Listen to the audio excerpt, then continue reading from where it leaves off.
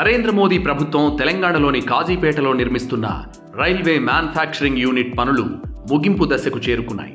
సుమారు 521.36 కోట్ల వ్యయంతో 160 ఎకరాల విస్తీర్ణంలో జరుగుతున్న ఈ ప్రాజెక్ట్ పనులు ఇప్పటికే 85% పూర్తయ్యాయి.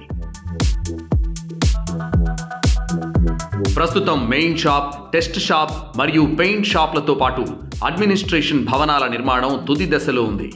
యూనిట్ను ప్రధాన రైల్వే లైన్లతో అనుసంధానించేందుకు 13.15 కిలోమీటర్ల పొడవైన అంతర్గత ట్రాక్లను కూడా సిద్ధం చేశారు. ఇక్కడ అత్యాధునిక ఇంటర్సిటీ రైల్ కోచ్లను తయారు చేయనున్నారు. ఈ ప్రాజెక్టును వేగవంతం చేయడంలో కేంద్ర మంత్రి జి కిషన్ రెడ్డి గారు ప్రత్యేక చొరవ చూపారు.